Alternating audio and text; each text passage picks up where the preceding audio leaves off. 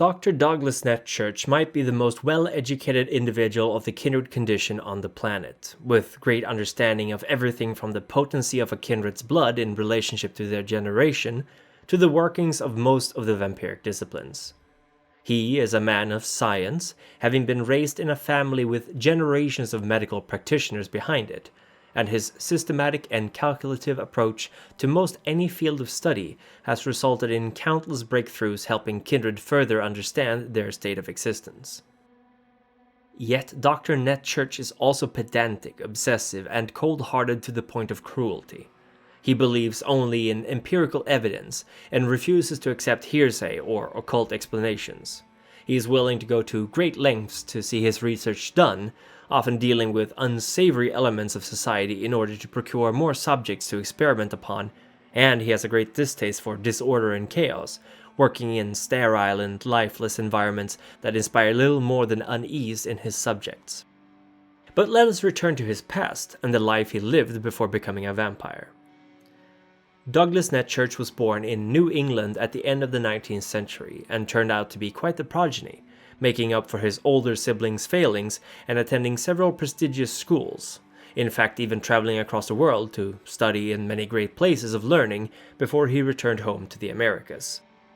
Yet he didn't stay there long, as the First World War saw him return to Europe to serve on the front line, where he gained invaluable medicinal experience working under grueling conditions and seeing some of the worst that humanity could do to itself.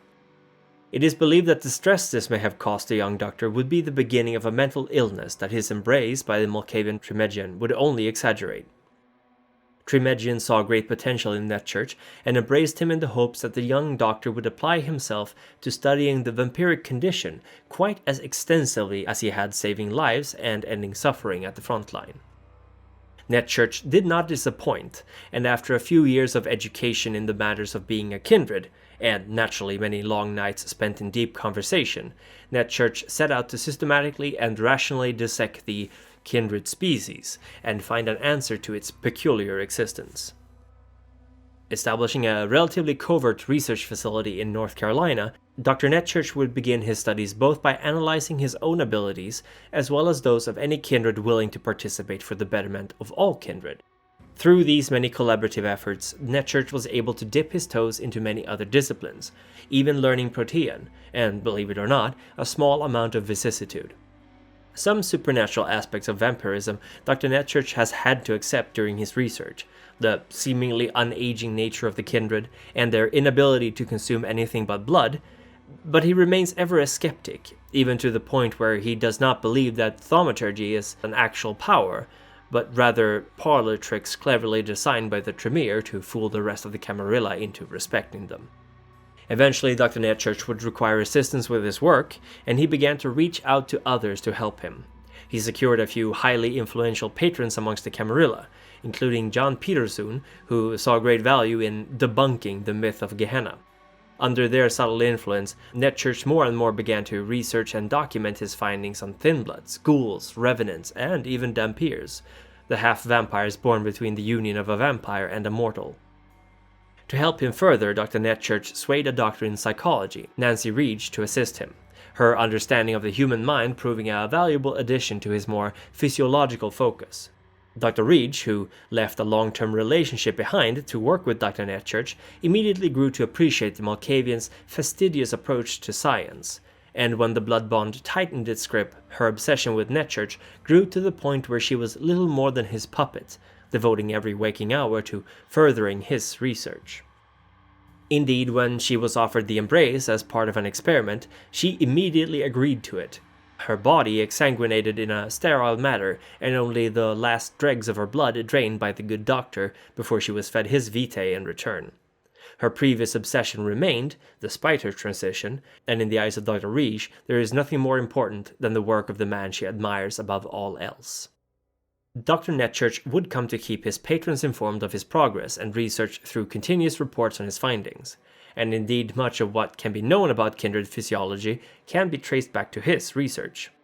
Through experimentation, he has discovered the potency of blood across generations of kindred, how ghouls heal, develop disciplines, and even regrow limbs, and how ghouls may become impregnated. To learn this, the good doctor has worked through several research specimens, all of whom have agreed wholeheartedly to devote themselves to the noble goal of science. Indeed, each and every one of his subjects have provided a written agreement to participate in all experiments, no matter how inhumane, for the sake of progress. And herein lies one of Dr. Netchurch's biggest difficulties. He is unwilling, or perhaps more likely, unable to see the truth in his experiments. He considers himself a kind and understanding man who values the safety and well-being of his subjects, and is often quick to remind critics that he never forces anyone to be exposed to his experiments. Yet it is clear that he is also employing his vampiric powers to convince his subjects that his views are correct. Thus, Dr. Netchurch has come under both criticism and scrutiny during his years of research. Criticism that he continuously decries and which causes him a great deal of grief, as he simply cannot believe that others would spread these baseless rumors about him. Yet anyone who reads his correspondence will quickly realize what he refuses to see. Dr. Netchurch considers his subjects, especially those not kindred, highly expendable, and his lessers. He speaks rather detachedly of having to retire some of his thin-blooded subjects, individuals who had been with him for many years, due to them developing a thirst for kindred vitae after he allowed them to diabolize other kindred, with the permission of Camarilla leadership, of course. Likewise, he seems to have had little qualms in killing a mortal relative of another test subject, even when he could have just as easily blurred his mind, stating that he has a dislike for altering memories and for fooling others. Worst, perhaps, is his attempts at breeding both revenants and dhampirs, and Dr. Netchurch has been known to hire talent from a provider to help inseminate, or be inseminated, by his subjects. This, coupled with the knowledge that most of his subjects are most likely not actually willing participants, but under the influence of dominate, adds quite the sinister nature to Douglas Netchurch. Indeed, he writes rather dryly about how he has finally been able to breed a dhampir that he is raising in his laboratory, and when he is of proper age, the doctor intends to breed him with both a mortal and a thin-blooded subject in order to observe if his condition carries over. Yet Netchurch has also gone on the record claiming that he always looks for suicidal or terminally ill people to recruit for his experiments, and consistently employs pseudonyms for them so that their true identities will not be revealed, putting them in danger. He also claims to not suffer the usual Malkavian affliction of mental illness, which is patently untrue even if one disregards his obsession with order, structure, and cleanliness, and has close to no connection to the cobweb, or the Malkavian madness network as it's also known.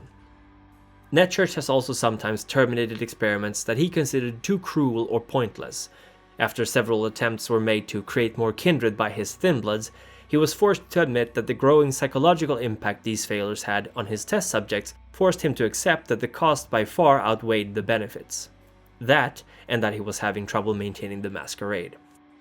Interestingly, unlike the other kindred skeptic Beckett, Netchurch seems far more inclined to accept the idea of the antediluvians, and even Cain, often citing Nodist lore in his papers when discussing thin-bloods.